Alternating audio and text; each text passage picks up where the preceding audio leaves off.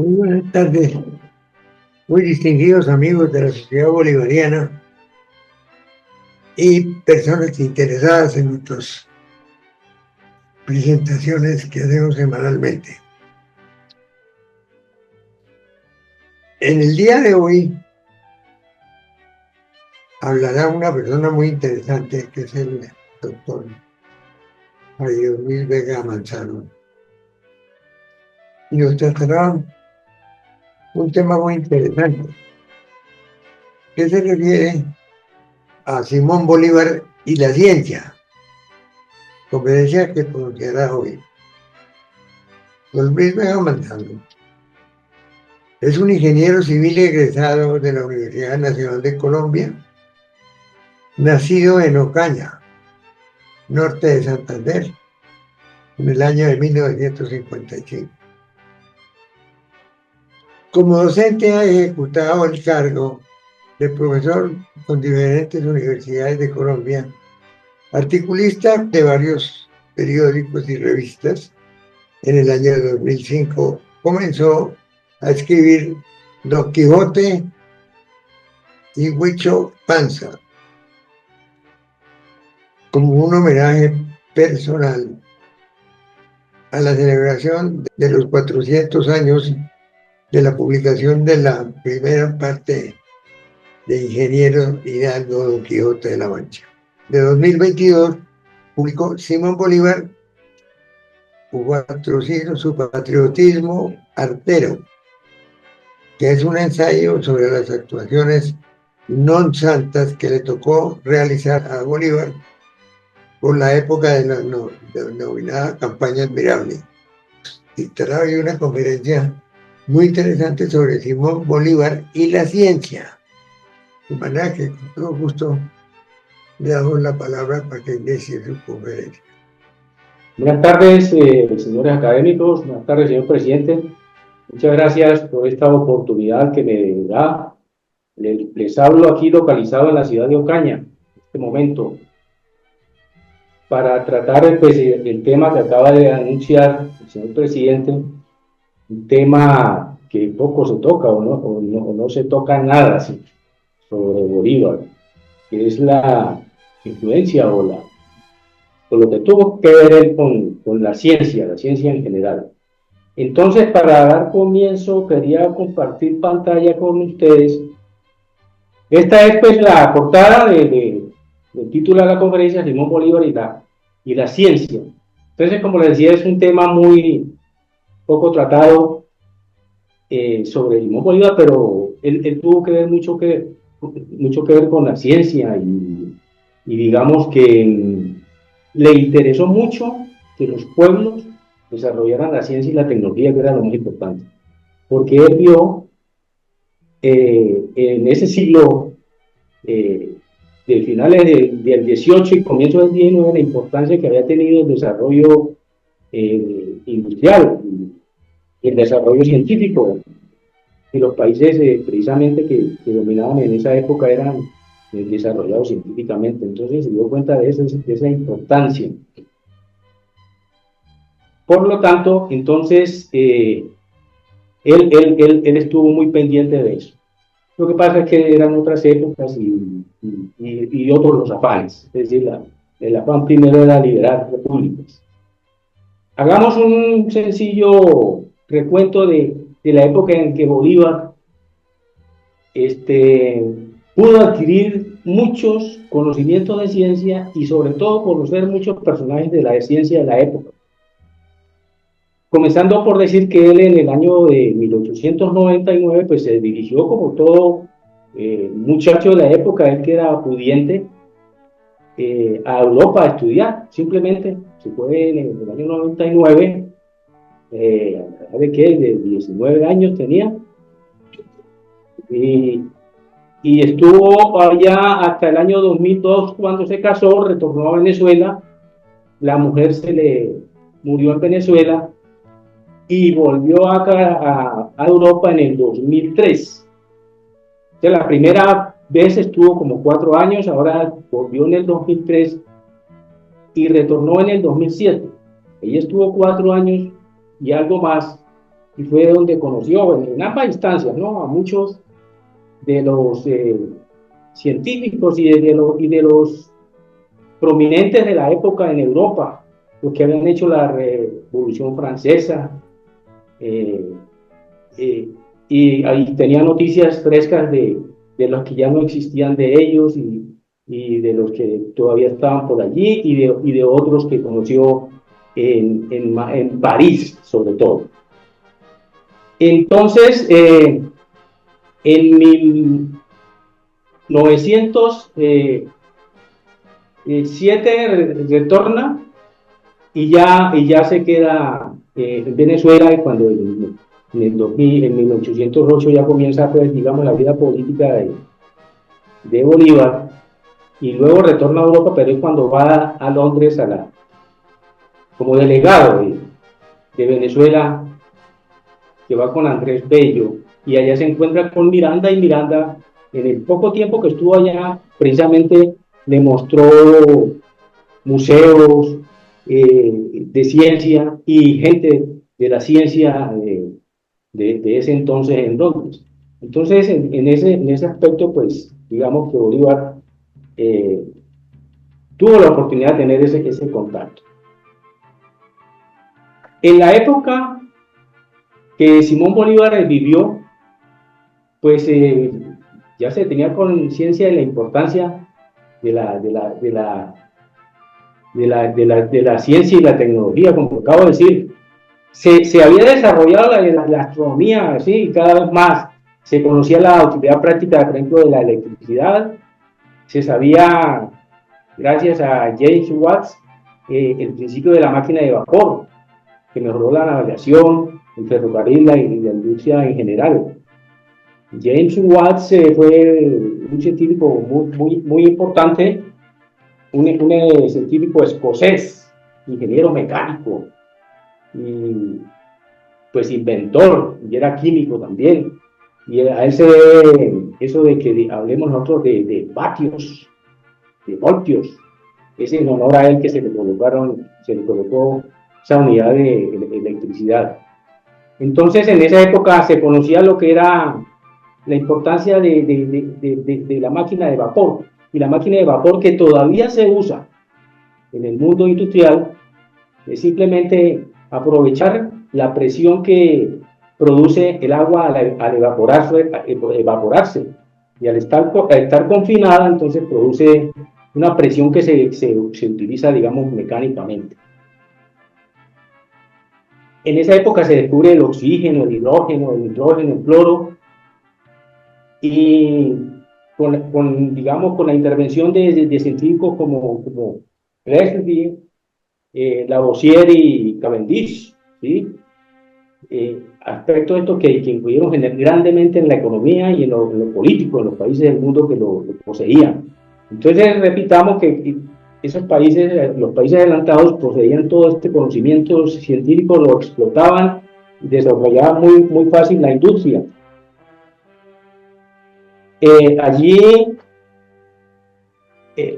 pues Simón Bolívar conoció todo esto, y tuvo noticias y leyó a Lavoisier, a Antoine Lavoisier, digamos que fue un francés, el padre de la química moderna, digamos, lo podemos decir, ¿sí?, y Cavendish, ¿sí?, nada más que pues trabajó en cuestiones del hidrógeno y de la composición del agua.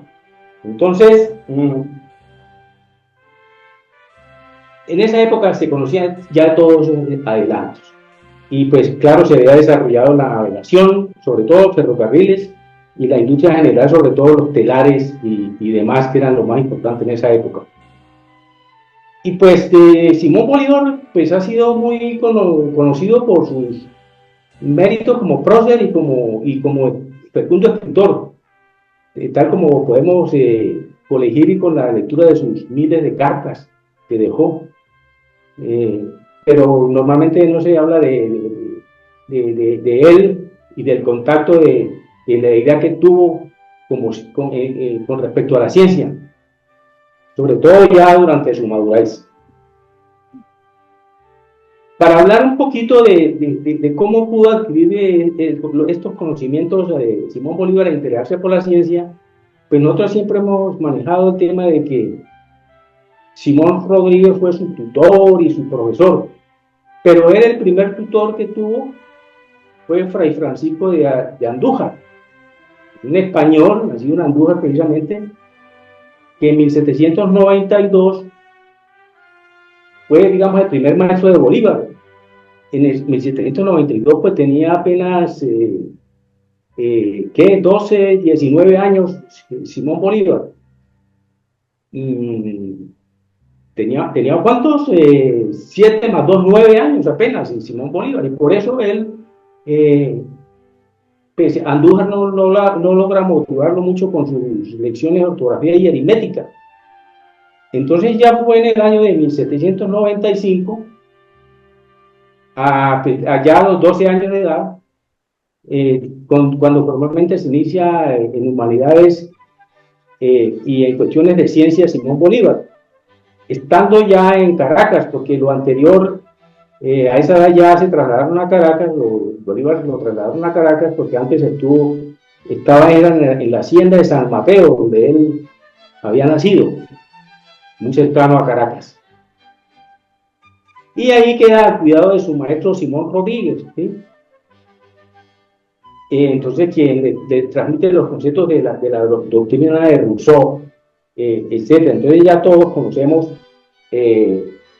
a Simón Rodríguez, que fue un educador, digamos que venezolano, y se conoció principalmente como tutor de Simón Bolívar. Y le inculcó nada más y nada menos que la doctrina de Rousseau, que fue uno de los principales promotores de la Revolución Francesa.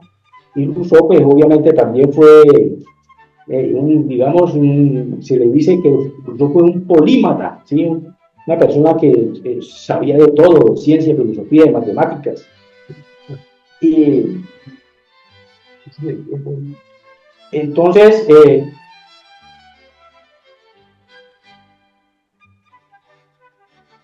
estaba, digamos, en las primeras, el conocimiento científico, de todas formas, en esa época. Ya en 1796 estudia con Andrés Bello, que nos introduce en el ámbito de la historia y de la geografía. 2 años después, el sabio Francisco de Andújar se conecta nuevamente con él. Y la importancia de Andújar en Venezuela fue de que él, en la casa de Simón Bolívar, establece, con el fin de dar educación a Simón Bolívar, establece una academia de matemática y física. O sea, los papás de Bolívar contrataron al sabio Andújar para que le diera clase. Allí él empezó a formar la Academia de Matemática y Física, y que más tarde se convertiría en la Academia de la Cátedra o Academia de Matemáticas de Caracas. Esa Academia o Cátedra de Matemáticas de Caracas funcionó como hasta 1872. Entonces, y tuvo el origen allí en la casa de Bolívar precisamente. Ya en Madrid, en 1802, estuvo bajo la supervisión del marqués de Ustaris. El marqués de Ustaris era un político, digamos, un noble y un político español, que lo acogió en su casa y allí lo presentó ante la ciencia, digamos, de esa época. Y precisamente en la Academia de San Fernando, estudia de Madrid, estudia matemáticas Simón Bolívar. Allí en esa época lee las obras de los exponentes de la Ilustración. y estudia la historia natural en las obras de Buffon, que Buffon fue un biólogo francés que no, él era, le decían, fue conocido como Buffon, pero era porque era el conde de Buffon, pero se llamaba Georges Louis Leclerc, y era un naturalista botánico y biólogo, cosmólogo, geólogo, matemático y escritor francés. Ese también era un polímata, podemos decir. Entonces se empapó de las obras de Buffon, se introduce en el pensamiento matemático de Lalande y sigue el pensamiento enciclopédico de Lambert y de Helvetius.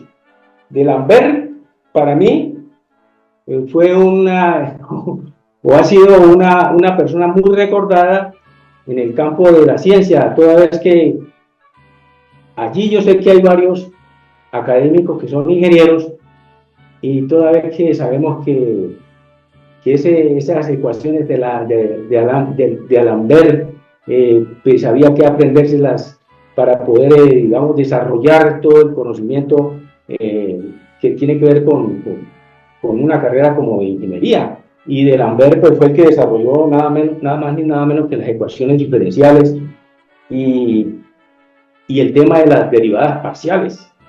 Ese tema que a cualquiera le puede parecer como algo, un cuento chino, pues para los ingenieros es hasta muy interesante y muy aplicable a casi a todas las deducciones matemáticas para los experimentos e inventos científicos. Bueno, ya en el año de 1804 conoce a los naturalistas Alexander Humboldt y Amado Bonpland, con los cuales logra desarrollar una viva amistad que se conservará siempre. Por ejemplo, en 1823 ya aboga con el tirano de Paraguay, Gaspar Rodríguez Francia, para que libere a Bonpland, detenido acusado de ladrón de hierbas en Boyacá.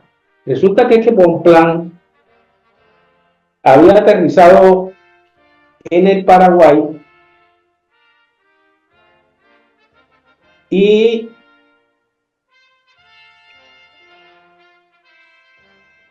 se había puesto a trabajar en el tema suyo. Él era un naturalista y se puso a trabajar la flora, digamos, del Paraguay, de esa región. Y pues para estudiar la flora de cualquier región, pues hay que ir a donde está la naturaleza, al campo.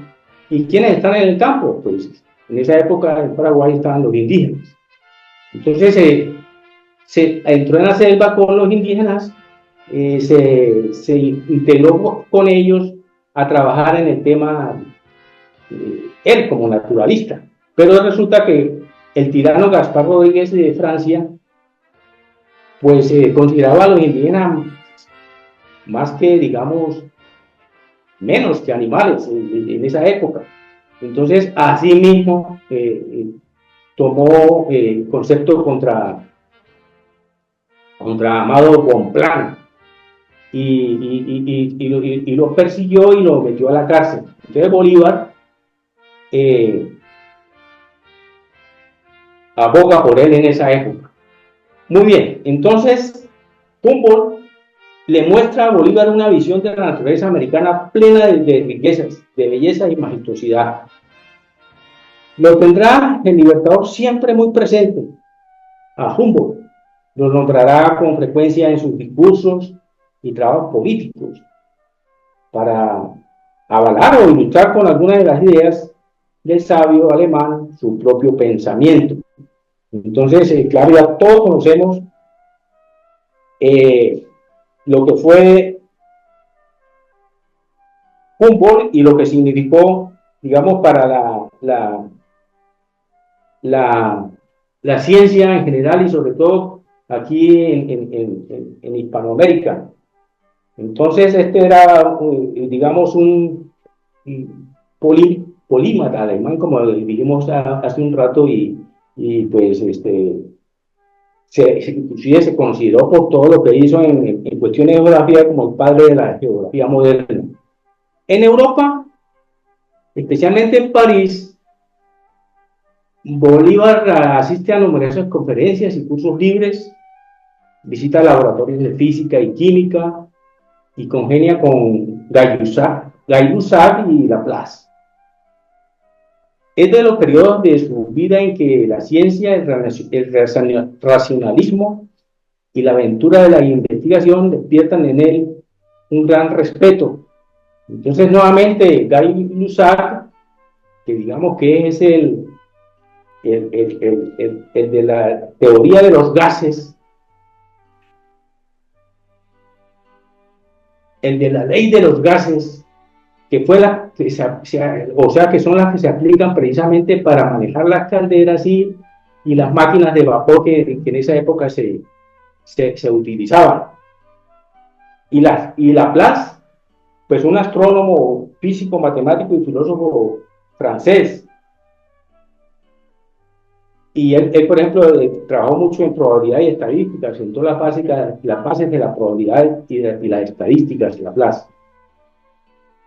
Además, en Londres, cuando estaba con Francisco de Miranda en el año de 1810, cuando le tocó ir a la misión diplomática, entonces se encuentra con Francisco de Miranda en Londres y él lo acompaña a numerosas visitas a museos y a centros científicos y le abre las puertas a lo mejor de la sociedad inglesa. ¿Sí? Entonces, es en la época en que conoce al pedagogo Joseph Lancaster, muy importante, que fue el creador del método de enseñanza mutua entre los educandos, a quien llevó a Caracas en 1821. El método de enseñanza mutua consistía en que, como había pocos profesores en la época, entonces cogía un grupo de alumnos, empezaba a educarlos y ya el más adelantado lo colocaba a que le explicara a los más, digamos, atrasados, los que estaban comenzando. Es parecido a lo que se hace ahora en las universidades como un tutor, como un tutor que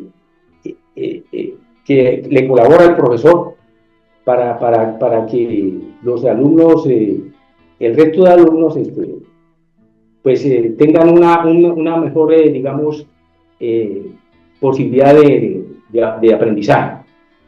Este método de enseñanza mutua lo llevó entonces a Caracas en 1821 Simón Bolívar.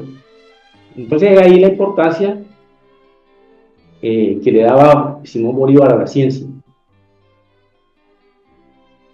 Ahora, un poco ya más cercano a nosotros, en 1815 Bolívar en Kingston, Jamaica, conoce a Francisco Antonio Sea,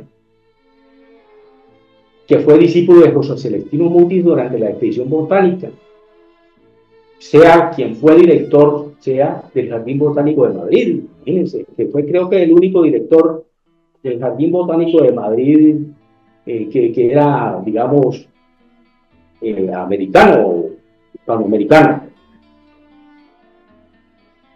Bolívar le asigna a Sea tareas administrativas, se hace muy amigo de él y una de ellas fue nombrarlo embajador en Londres, desde donde no se vuelve nunca más. De donde ya Sea no vuelve nunca más porque muere allí en 1822. Entonces, Sea era un patriota, pero era uno de esa camada venezolana, o sea, se integró a ellos de Bermúdez, Piar, en que todos lo traicionaron a Bolívar. Y Bolívar con todo salió del paso. Menos Sea no se metió mucho en política, en conflicto, le colaboró y por eso Simón Bolívar lo nombra embajador en Londres, pero infortunadamente pues allá muere y lo nombra con una misión especial. Puede organizar un grupo de ciencia que no logró pues concretarlo bien.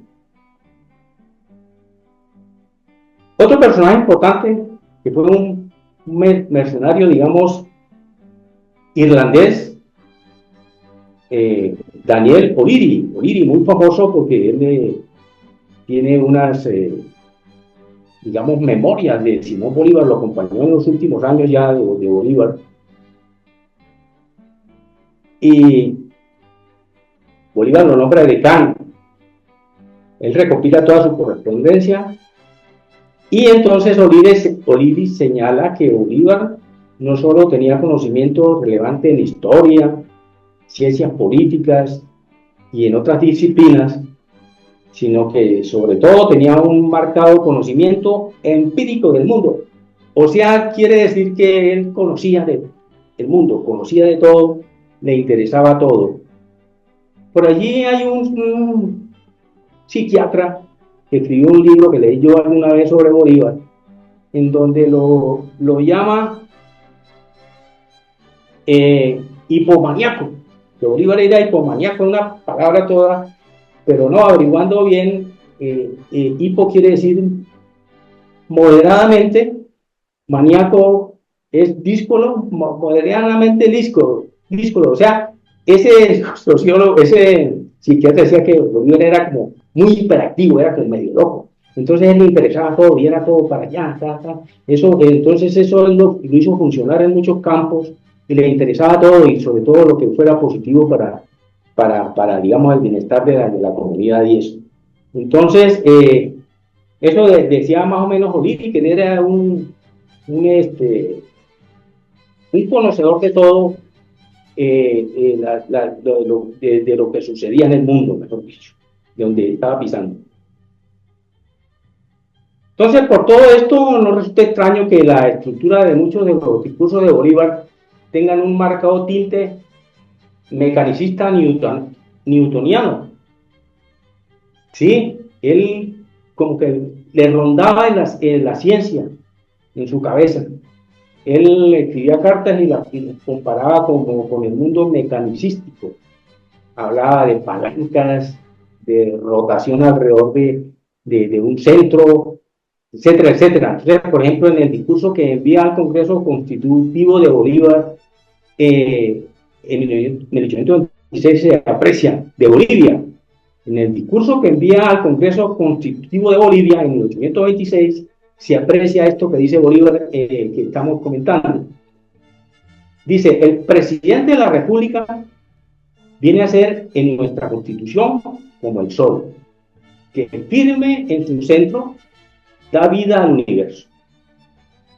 Esta suprema autoridad debe ser perpetua, porque en los sistemas sin jerarquía se necesita más que en otros un punto fijo alrededor del cual giren los magistrados y los ciudadanos, los hombres y las cosas.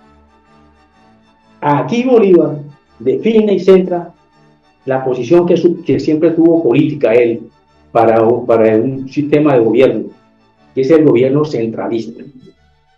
Aquí compara a un gobierno con el sistema solar, que un gobierno necesita un sol central, algo central por el cual, en torno al cual giren los demás y le obedezcan, ¿sí?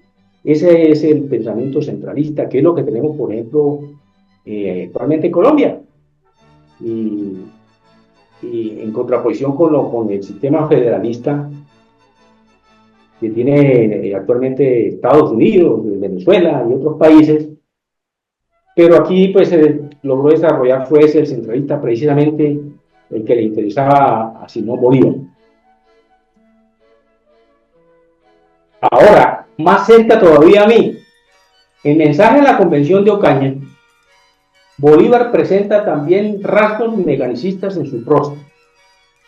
Dice, el Ejecutivo de Colombia, bueno, entonces primero digamos que Bolívar no estuvo en la convención, sino que él mandaba mensajes de Bucaramanga, todos sabemos eso, que él se quedó a la expectativa en Bucaramanga y mandaba correspondencia. En uno de esos mensajes dice, el Ejecutivo de Colombia no es igual al Legislativo, ni el jefe del Judicial, viene a ser un brazo débil del Poder Supremo, un brazo, de que no participa en la totalidad que le corresponde, o sea, en todo el sistema, porque el Congreso se ingiere en sus funciones naturales según la administración judicial, eclesiástica y militar. Continúa diciendo que el gobierno, que debiera ser la fuente y el motor de la fuerza pública, tiene que buscarla fuera de sus propios recursos y apoyarse en otros que le debieran estar sometidos. Toca esencialmente al gobierno ser el centro, vuelvo a hablar de centro, y la mansión de la fuerza, sin que el origen del movimiento, ya la gravedad, le corresponda. Habiéndose privado de su propia naturaleza, sucumbe en un letargo, bueno, etcétera, etcétera. Entonces ahí vemos cómo él emplea aquello de movimientos de fuerzas desconocidas, como son la gravedad, movimientos de palanca que puede producir un brazo, etcétera, etcétera. Entonces, siempre rondaba para mí pues la ciencia en Simón Bolívar. Entonces, pero lo más importante es que en general Bolívar ve la ciencia como un elemento indispensable con el que debe contar una nación que pretenda la grandeza. Esto es lo más importante, yo creo, de nuestro tema y que se debe corregir, y, ¿cómo se dice? Recoger en la tarde de hoy. Entonces, él la entiende como un sustrato básico de conocimientos capaz de contribuir a la expansión militar, comercial y política de un país. Asuntos que, a propósito, él no ve en esa época con España, en esa época del siglo XIX. Entonces ahí está la importancia de Bolívar. Es un elemento indispensable que debe contar una nación que pretenda la grandeza. Se sabe que el que tiene la ciencia y la tecnología, que es, digamos, yo digo, la práctica de la ciencia, o sea, la aplicación de la ciencia es la tecnología. Se desarrollan los aparatos tecnológicos a través de los conocimientos científicos. Entonces, quien tenga esos elementos tiene la sartén por el mango de una nación, de un país. Todos ya conocemos que los países europeos, más que todos los Estados Unidos, también hablemos de la China, la Unión Soviética, algo, pues han desarrollado mucho la ciencia y la tecnología. Tienen maquinaria, equipos, aparatos que van ya a la luna, que salen al espacio, satélites. Eso es la tecnología, la ciencia aplicada, y que es tecnología. Que quien tenga eso, tiene la sartén por el mango. Por eso, inclusive esos países, pues se cuidan mucho de que los demás también la tengan, y son muy celosos con los demás países. Por eso aquí nosotros, en general en Hispanoamérica, pues estamos como estamos con los adelantos científicos, porque no nos es permitido desarrollarla, sinceramente. Porque, bueno, llegaran aquí a ayudarnos, vean, hagan esto, aquello, les presto esto y ahí me dan esto y un negocio y monten aquí esta fábrica de cohetes y cosas así. No, nosotros no, aquí si acaso nos ayudan es para hacer agricultura y cosas así para ellos tener comida barata. ¿Sí? En la Carta de Jamaica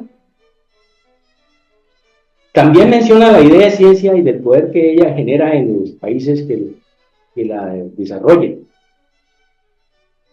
Allí señala, aludiendo a la situación del momento en que se encuentra España, entonces mencionábamos arriba que el asunto, él no ve que España en el siglo XIX tenga una ciencia muy desarrollada, que España va en capa caída. España cometió un grave error en su historia de conquista, que fue aquello que los economistas denominan la enfermedad holandesa. La enfermedad holandesa consiste en que ellos se llevaron todo el oro para Europa, de aquí de Latinoamérica, lo que más pudieron, pero con ese oro que se pusieron a hacer, a comprar todo y no hacían nada, es decir, no desarrollaron la industria. Entonces ellos compraban las telas a Londres y la comida a Francia, y ellos no cultivaban lo suficiente no eran autosuficientes. Entonces eso es grave para un país. Eso es lo que se llama la enfermedad holandesa, porque el día que se le acabe ese oro, hasta ahí llegó el país, porque no tiene oro y no tiene industria desarrollada y no tiene más nada que hacer, sino quedar ahí en la vanguardia. Eso es lo que tratan de hacer muchos países, y eso es lo que tratan de estorbarle también a otros países que no les interesa que la gente desarrolle eso.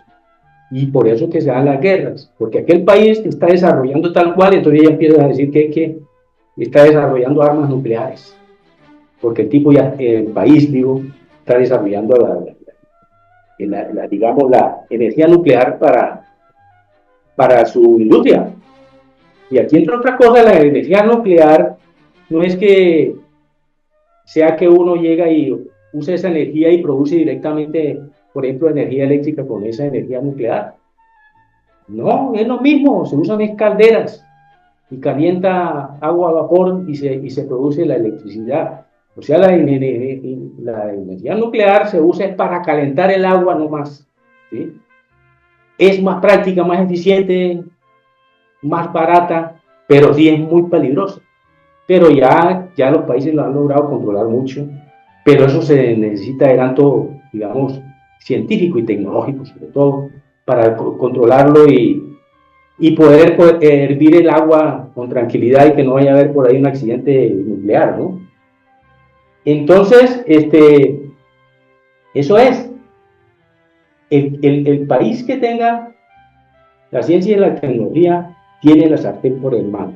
Entonces, en esa época, a finales, pues en el siglo XIX, Bolívar ya veía que España era débil de eso, y él se preguntaba y le decía a la gente, ¿podrá esta nación hacer el comercio exclusivo de la mitad del mundo, que más o menos dominaba España cuando eso, sin manufacturas? Oiga, que no tenía manufacturas, sin producciones territoriales, sin artes, sin ciencias y hasta sin política, decía. Entonces, esa es, digamos, esa era la falla que le veía Bolívar a España en el siglo XIX, y veía que era muy fácil, con ayuda, por ejemplo, de los países desarrollados como Inglaterra, sacarlos de aquí de América, que fue lo que a fin sucedió. Y también luego de eso, en el año 1820, tenía ganas de sacarlos del Caribe y de Centroamérica. Pero entonces fue porque Inglaterra en ese momento estaba en buenas con España y no le ayudó. Por ejemplo, él tenía ganas de irse a Puerto Rico y a Cuba a liberar esas dos naciones. Pero Inglaterra no le ayudó y, bueno, Colombia no tenía, la Nueva Granada no tenía la ciencia y la tecnología. La tenía de Inglaterra, se necesitaba para eso. Es barcos y armamentos y todo lo que se sabe.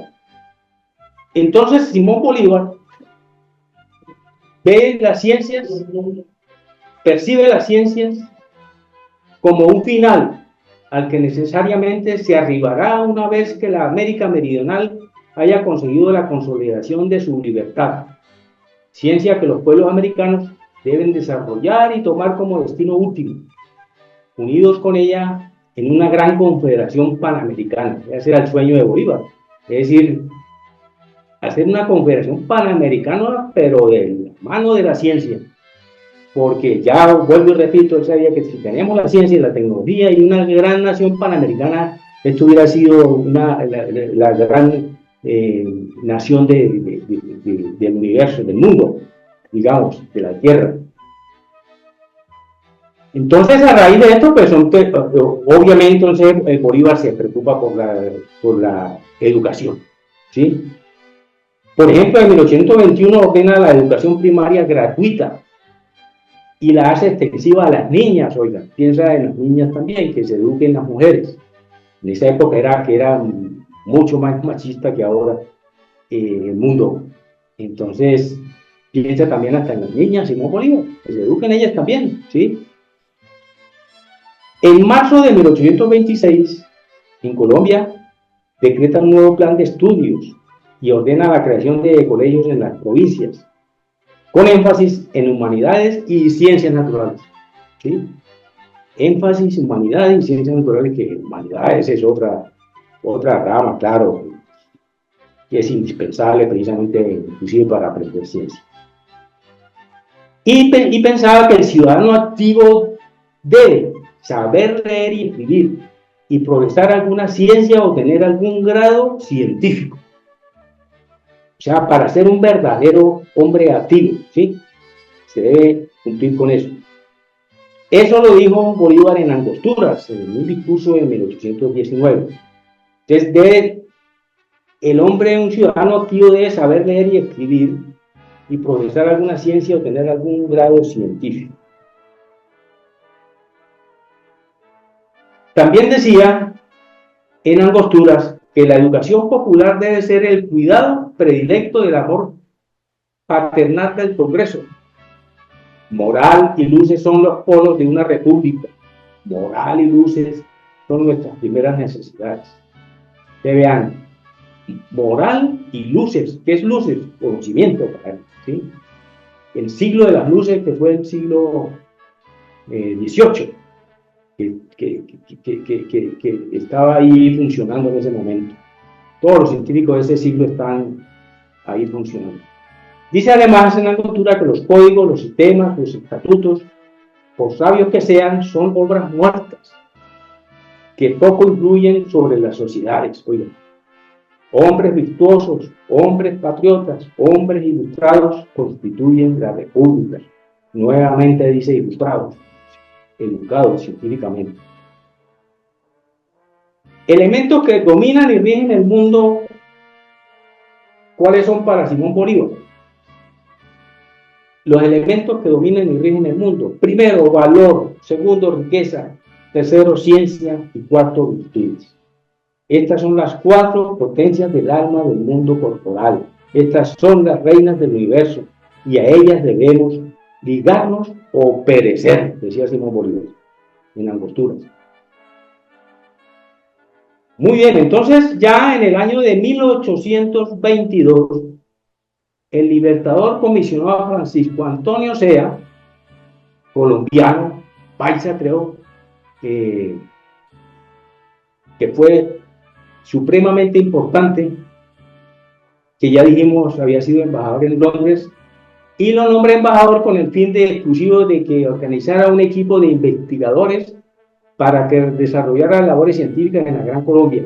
Oye, lo nombra exclusivamente embajador para que haga eso, para que forme un equipo de investigadores para el desarrollo de las labores científicas en la Gran Colombia. Entonces, por ejemplo, Sea entró en contacto con Jorge Cuvier, científico de la época, que digamos, era un zoólogo francés y estadista francés, ¿sí? Y de suma importancia en la época. Él fue el fundador de la paleontología y la anatomía comparada. La anatomía comparada era que él comparaba por qué los diferentes especies tenían, por ejemplo, las manos, los brazos diferentes, y para qué, por qué. Esa es la anatomía comparada. Y la paleontología, pues, el estudio de la historia de la humanidad a través de los fósiles. Así se quedó constituido un grupo de trabajo que incluía a Jean-Baptiste Boussingault. Entonces, este Jean-Baptiste Boussingault era un agrónomo y químico francés. Llegó a ser un científico prominente en la Europa del siglo XIX. Realizó investigaciones fundamentales sobre los ciclos del nitrógeno y del carbono. Importantísimo. Se le considera fundador de la química agrícola y la fisiología vegetal. ¿Sí? Boussingault era un agrónomo, desarrolló las ciencias agrícolas, que eran muy importantes, desarrolló la química y desarrolló la metalurgia. Entonces, a él se le considera como agrónomo, como químico, llegó a ser un científico prominente de la época, dijimos, y realizó investigaciones fundamentales sobre los ciclos del nitrógeno y del carbono. se le considera fundador de la química agrícola y de la fisiología vegetal. Entonces, el grupo de investigadores llega a La Guaira, perdón.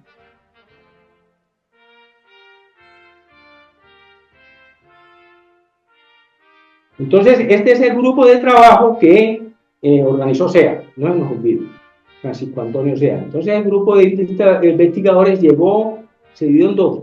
Llegó a La Guaira en noviembre de 1822, La Guaira, Venezuela, marcando el comienzo de las investigaciones científicas en la Gran Colombia. Bossingol cubrió por tierra el espacio Caracas-Bogotá. Y otro grupo por mar cubrió Santa Marta, Bogotá, remontando el río Magdalena. Entonces, allí todos estos científicos realizaron nivelaciones barométricas en toda la región, la medida termométrica de la medida termométrica de las poblaciones, la temperatura, todos los accidentes geográficos, la elaboración de mapas, la indagación minera y de yacimientos, desarrolló estudios geológicos, observaciones astronómicas. Entonces fueron las exploraciones que Bossingol desarrolló, y además Bossingol fue el primero que habló de la existencia de petróleo en Colombia, en nuestra tierra. Esa es la importancia de esas comisiones que desarrolló, digamos, y que organizó Francisco Antonio SEA.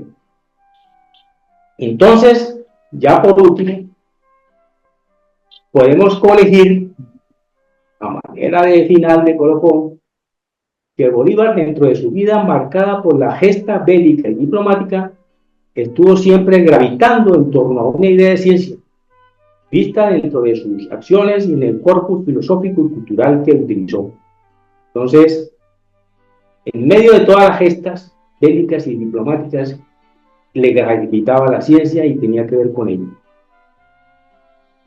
Él poseyó una idea de ciencia ilustrada, basado en los conocimientos ilustrados de la gente de la ilustración, que madurando lentamente desde el joven patriota, o sea, Bolívar maduró eso lentamente desde que estaba joven hasta cuando estaba maduro, que se consideraba ya el alfarero de república, se le consideraba. Y él entendió siempre esta noción en cuanto a su alcance práctico y estratégico para los países de América. Entonces, aquí se vuelve a remarcar de la importancia del conocimiento científico y el desarrollo tecnológico para digamos, el desarrollo de un país.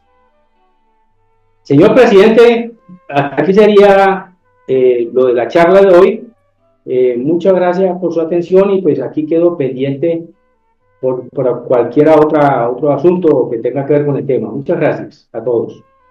Ha sido en realidad muy interesante su conferencia y la abordaremos con mucho cuidado. Quiero abrir aquí las posibilidades de intervención de algunos de los miembros que quieran hacer algún comentario. Les invito a que nos hagan algún comentario a la magnífica conferencia. Gracias, señor presidente, doctor Miguel. Bueno, mis felicitaciones al doctor Jairo Luis Vega por esta aleccionadora conferencia sobre el determinante tema de la ciencia y la tecnología en el Libertador, que precisamente caracteriza uno de los aspectos más significativos que tuvo Bolívar, como fue la mente visionaria. Algunos historiadores dicen que no hay una constancia directa de que Bolívar se hubiera ocupado de la ciencia y la tecnología, pero definitivamente tenemos que ver que sus preocupaciones por el desarrollo, el bienestar, la salud de los pueblos, por los recursos naturales, por la industria, el transporte, la navegación, las comunicaciones, son muestra palpable de que el Libertador se hallaba en la avanzada del conocimiento científico y tecnológico de la época. Y ya precisamente varios de esos aspectos los tocó muy bien el doctor Vega. Digamos que quizá los momentos formativos más relevantes de su vida estuvieron, también como lo decía el doctor Vega, representados en sus 2 viajes a Europa. Este recorrido, en el segundo de los cuales, hasta 1804, lo hace precisamente con su maestro, don Simón Rodríguez, el que más influyó precisamente en la personalidad del Libertador dentro de los distintos maestros o tutores que tuvo el Libertador. No todos de lo mismo, también estuvo un poco de malas por ahí con algunos otros, pero particularmente don Simón Rodríguez, como bien lo conocemos. Allí tuvo acceso precisamente al conocimiento mundial de lo que se llamó la Ilustración. Y particularmente uno pudiera observar que específicamente en lo que tenía que ver con la famosa enciclopedia. Acordémonos ustedes esta recopilación del conocimiento de la época de Denis Diderot y de Jean d'Alembert. No he encontrado muchas referencias a Diderot, pero sí a d'Alembert. Precisamente en el libro de Ramón Zapata, don Ramón Zapata, el padre precisamente de un ilustre miembro de nuestra sociedad, Felipe Zapata. Allí encontramos que el Libertador en Arequipa hacia 1825 dice categóricamente: he estudiado, ni siquiera he leído, sino he estudiado a d'Alembert. Y claro, al fin y al cabo, la enciclopedia pues había sido editada entre 1751 y 1772, sus 28 volúmenes y los 17 textos e ilustraciones que comprende.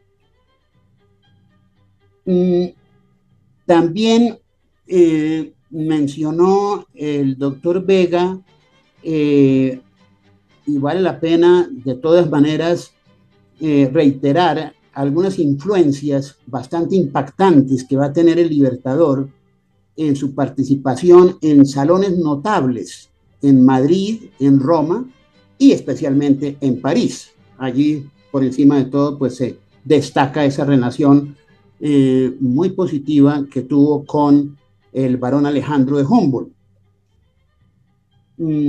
Con respecto a él precisamente, dice Hyman, que surgirá un recíproco encuentro amistoso.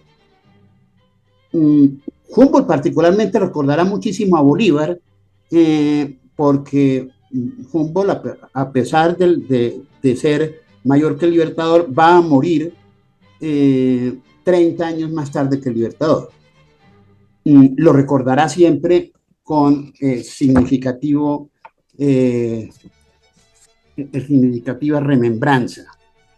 Por último, yo quisiera mencionar que dentro de las fuentes de emulación de Bolívar, encontramos el caso muy específicamente de Napoleón. Yo ya tuve la oportunidad de dictar aquí una charla sobre esta relación de Bolívar con Napoleón. Particularmente Gerard Masur nos habla que el Libertador se hizo estratega a partir de 1817, cuando empieza sistemáticamente a seguir a Napoleón, es decir, cuando aprovecha todos estos avances en el arte militar que desarrolló el emperador Napoleón Bonaparte. Masur precisamente califica a Bolívar como un gran émulo de Napoleón. Efectivamente, uno encuentra varios testimonios en que era frecuente cómo Bolívar se comparaba muchas veces con Napoleón y meditaba muy a fondo sobre la carrera de esplendor y de desventura del gran Corso. Entonces, fácil podía deducirse que no solamente fue en el campo del arte militar en donde es manifiesto precisamente la emulación de Napoleón por parte de Bolívar, sino también en cuanto a su promoción, su interés y su gran promoción de la ciencia y la tecnología en Francia. Simplemente por mencionar un hito, cuando Napoleón va en su campaña a Egipto, se lleva más de un centenar, creo que era más de centenar y medio, entre otras cosas, de científicos que acompañaron a su ejército expedicionario a enfrentarse con los mamelucos allí en Egipto. O sea, muy preocupado precisamente por su compromiso desde el punto de vista militar, pero sin descuidar todo este aporte, y en gran medida se le debe a Napoleón precisamente esos conocimientos que empiezan a destacarse, como la famosa piedra de Rosetta, que la descubre precisamente un oficial del ejército de Napoleón. Él va a revivir algo que había quedado, algunos dicen que adormecido, yo diría que prácticamente destruido por la revolución, como fue todo ese empeño en favor de la ciencia y la tecnología de la Academia de Ciencias de París, que surgió de manera muy importante durante personajes tan significativos en la historia de Francia como Richelieu y los ministros de Luis XVIII, particularmente Colbert. Esto va a ser descuidado y casi que destruido, vuelvo a decir, por la revolución, que lo veía como un embeleco supuestamente del ancien régime. Napoleón se da cuenta que no es así, que todo lo contrario, y precisamente uno de los aspectos, de los muchos aspectos en donde el legado de Napoleón no solamente está en el arte militar, como más se le conoce, sino en la educación, la infraestructura y en el campo específicamente de la ciencia y la tecnología. Bueno, eso sería todo. De nuevo, mis felicitaciones al doctor Jairo Luis Vega y gracias, señor presidente. Muchas gracias, doctor Jaime Obregón. Muy interesante tu interpretación, muy, muy interesante. Le agradezco mucho. ¿Alguien más quiere mencionar algo? Sí, doctor Santamaría. Sí, gracias al doctor Jaime. Y todo correcto lo que él decía, es decir, Simón Bolívar en realidad no fue que fue un científico, sino fue un conocedor de la ciencia, había un teórico, él inclusive la estudió, no a fondo, pero sí lo más importante y lo que recalcaba yo en la conferencia es eso, de que él, muy visionario, sí, como dijo el doctor Jaime, se dio cuenta que el desarrollo de la ciencia y la tecnología era el futuro de cualquier nación, pero en sí, que se desarrollara como científico, no. Entonces esa es, digamos, de las virtudes de Bolívar, de que él desarrolló diferentes campos, principalmente, pues, como ya sabemos, el campo militar y político, y el de las letras, inclusive, en que mejor desarrolló, porque con el desarrollo de las letras, como digamos hace 8 días creo que era, logró inclusive ganar batallas con un simple escrito o algo así. Entonces, de todas formas, Simón Bolívar sí se interesó mucho por la ciencia, a pesar de que no fue un científico propiamente, claro. Sí, muchas gracias. Muy bien. ¿Alguien más quiere decir algo? Muy interesante lo que dice. Bueno, el caso no es. Les hacemos llegar nuestro más sentido sentimiento de gratitud por la presencia en el día de hoy, con lo cual acreditan no solamente un conocimiento muy grande sobre la historia, pero también un deseo muy, muy eficaz de que podamos llegar con estos conocimientos a la mayoría de los colombianos que conocen la historia de Colombia de forma escueta, muy importante, pero que le faltan un montón de detalles, que es lo que hemos conseguido a través de estas conferencias. De manera que es sumamente interesante su presencia aquí, la cual nos agradecemos muy, muy, muy sinceramente. Doctor Miguel, excúseme que es que había un detallito que me parece importante mencionar muy rápidamente, si me permite. Adelante. Gracias. Sobre el tema. El doctor Efraín Otero Ruiz, que fue director de Colciencias, precisamente, médico, que también fue miembro de nuestra querida Sociedad Bolivariana, ministro de Salud, precisamente cuando se presentó ante la sociedad para posesionarse como miembro correspondiente, él se refirió a ciencia y tecnología en la época bolivariana y se alcanzó a editar un folleto precisamente con una recopilación de los inventos, los desarrollos en el campo de la ciencia y la tecnología durante la vida del Libertador, entre 1783 y 1830. De modo que lo menciono, de que eso existe, debe estar incluso en la biblioteca de la sociedad, para quien desee interesarse e investigar un poquito más en el tema. Eso era, gracias, señor presidente. Muy interesante, gracias. Gracias, Juan. ¿Alguien más quiere decir algo? Dice que ya hemos cumplido el tiempo. Les agradezco muy sinceramente su presencia el día de hoy. Esperamos que pasen un resto de tarde tranquilo, en medio de esta borrasca en que estamos metidos. Y naturalmente los esperamos. Y todavía estamos vivos dentro de 8 días, en una conferencia sumamente interesante que dictará nuestro ilustre compañero Mario Javier Pacheco. De manera que muchas gracias y una feliz tarde. Gracias.